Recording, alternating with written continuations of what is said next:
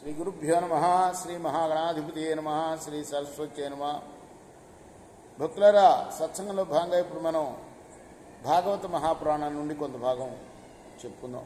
నిన్నటి వరకు 12 స్కందాలు గల ఈ భాగవతంలో 4 స్కందాలు పూర్తి చేసి 5వ స్కందాన్ని 17 భాగాలుగా చెప్పుకున్నాం. ఈరోజు 18వ భాగం చెప్పుకునే ముందు వ్యాస భగవాను ప్రార్థన చేసుకుందాం. వ్యాసాయ విష్ణు రూపాయ వ్యాస రూపాయ విష్ణవే నమో వై బ్రహ్మనిధయే వశిష్ఠాయ నమో నమః. సమర్థ సద్గురు సాయినాథ్ మహారాజ్ కీ జై.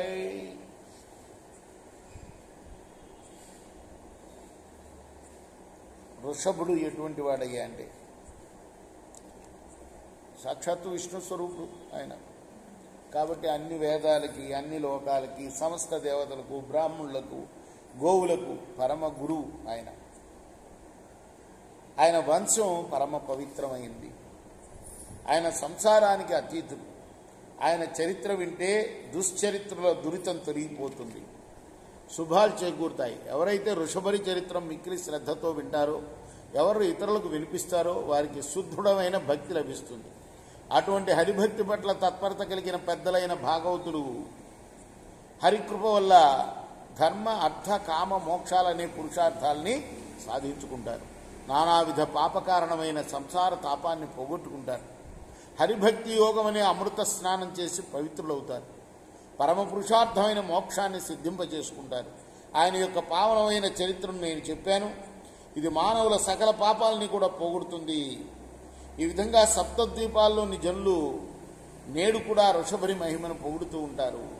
ఓ పరీక్షణ్ మహారాజా, సుఖయోగి చెప్తున్నాడు, యాదవులకును మీకును కుల గురువు అయిన శ్రీకృష్ణుడు ఈ చోట ఆ చోట అనకుండా అన్ని చోట్ల ఉన్నాడయ్యా.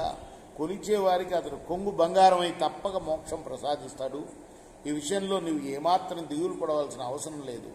వృషభదేవుడు సర్వకాలాల యందు ఆత్మస్వరూపం నిలిచి ఉన్నవాడు అవటం చేత నిత్యానుభూత అయిన స్వస్వరూప లాభం వల్ల తనకు ఎటువంటి కామనలు లేనివాడై తృష్ణను నివారింపజేశాడు. యోగమాయా ప్రాప్తములైన మహాసిద్ధుల చేత ఆయన బుద్ధి ఆకర్షింపబడలే. దీనికి భిన్నంగా మానవుడు అనాత్మభూతములైన దేహాదుల యందు ఆత్మభావనతో వ్యవహరిస్తూ పరమహితం మోక్షరూపముకు ఆత్మస్వరూప విషయంలో అజ్ఞానిగా ఉన్నాడు.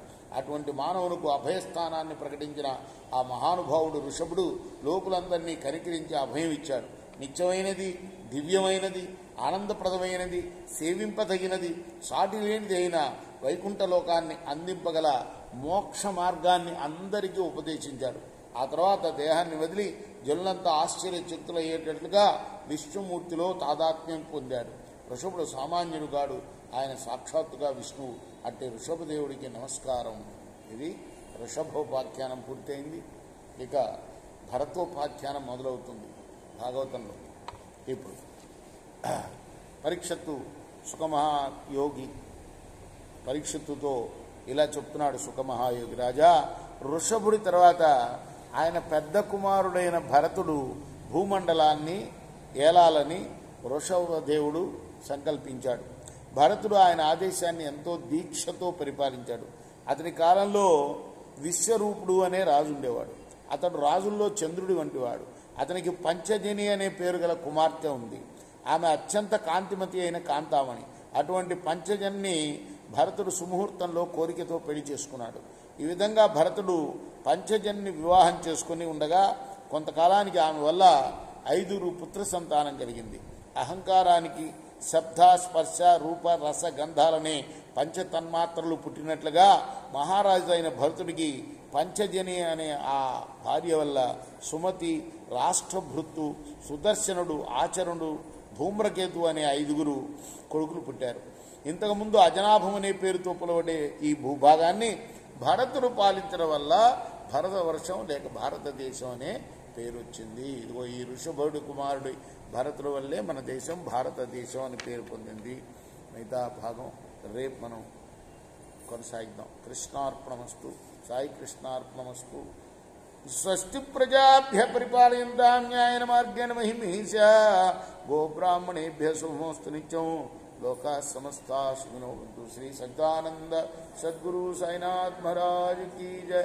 చేకోర హారతి దిగో సద్గురునాథ దేవా సాయినాథ.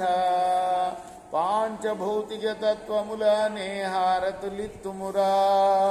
నిర్గుణం మగుష్టితే వీడి ఎట్లి ఆకారం పొందితివో సాయిరాం. సర్వము నిండిన నీవే ఇంకను ఉంటివి తల్లివలే.